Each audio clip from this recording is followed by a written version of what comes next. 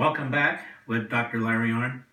So we were saying before the break, we have these change agents, these self-appointed change agents, because we're unmoored now from tradition and custom and our own history. We use it to the extent we need it to create change, and then we reject it, and we condemn it. So progressivism is about, as you were pointing out, this constant change, dressed up as science, political science, behavioral science, social sciences. So my question to you, Dr. Arnn, is this. How is that ideology compatible with limited constitutional government, separation of powers? It's not, is it? Well, it's explicit in Woodrow Wilson and John Dewey and all those guys. It's explicit that they don't like separation of powers and they don't like checks and balances. They say, Woodrow Wilson says in a famous passage, that that's accountable to a time when Newton reigned, which is not where they got it. Mm-hmm. Now we know Darwin, and we know that everything is history and development and change. And our business now is to get control of that. And just remember, it's not just the past. Nature itself is discarded here. And so we can do whatever we want to shape the future, to become the creators of everything. And that means in what's appealing about it in politics is the claim, the claim is every problem can be fixed. So every person should have this, healthcare. And we'll have a perfect healthcare system. That's right. And anybody who wants to come to the United States should be able to come to the United States. Or these utopian arguments, which are never fulfilled. And then the progressives' argument is, well, it's not fulfilled because you haven't surrendered enough of your liberty and your individualism. That's right. It calls itself. So, at the bottom of the claim is you can be happy without being good.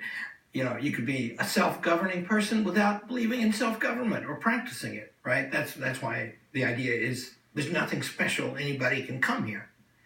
This is hard to be a self-governing nation with self-governing citizens, and it demands things of them that are harder. All those laws have been repealed. And then, and you're right, every failure only summons more intensity in this same kind of attempt. So the reason right now that the schools are not very good is because we don't spend enough money on them and we don't have enough uniformity of practice in them. So the individual is devoured. That's right. In this, and then we get groupthink. And the individual is devoured, and in fact, like Hegel would argue, or Marx later, is the individual can realize his or her full self through the state, through the collective. And so, correct me if I'm wrong, so the more you actually are independent, really are an individual, the more you are hostile to the progressive ideology. If you read Aldous Huxley's Brave New World, the happy of the totalitarian novels of the 20th century, in there, the great thing is, if you say anything different, there are tools of enforcement, hazing and demotion and restriction, because you're not to be different. And that's part of the thing, right? And compliance is just think of that word, right? Compliance is one of the biggest activities in America today. The federal government, the state, federal, and local governments all together control more than half of the economy. And that number was always 10 to 15% for most of American history. Get more during wars and subside after them. Well, that's a difference in kind. This difference in amount amounts to a difference in kind. Now we have a different purpose of the government. We have new forms of government. We don't even make our laws the way we used to make them. We make so many more now because of that. And that means it's got a different purpose, too. It's the final and the formal causes are altered. So we see the breakdown of separation of powers. We see this fourth branch of government, this massive administrative state with hundreds of thousands, if not millions of bureaucrats pushing out regulations.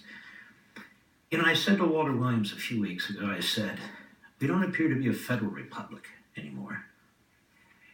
we don't appear to be a representative republic in many respects, given this fourth branch of government, in many cases the courts running off and doing what they're doing. And the Constitution is constantly under attack. What kind of republic are we? Are we transitioning to something else? Well, the government increasingly looks at us as subject of an engineering project. You know, I once asked an attorney, you're a very distinguished attorney, I am not. I said, I want you to send me Title IV of the Higher Education Act. And he said, you won't be able to read it. And I said, well, I'm not stupid. He said, yeah, I can't read it either. He said, we have an expert in our firm. She knows what's in it. And what's Title IV? Title IV is last time I checked, about 500 pages of rules. At Hillsdale College, we run the whole college with about 100 pages of rules, something like that. And those are like faculty handbook and stuff like that, So to get federal money, you got to do all these. And the rules change all the time. Once you take the federal money, it includes loans that take a long time to pay back, and you can't get out from under them once you do it. But this is until the loans are all paid. A very important point. When we come back, I want to address with you this issue of progressivism in the classroom. Yeah. Because over the decades, that's exactly what's occurred. Don't forget, ladies and gentlemen, you can watch Levin TV on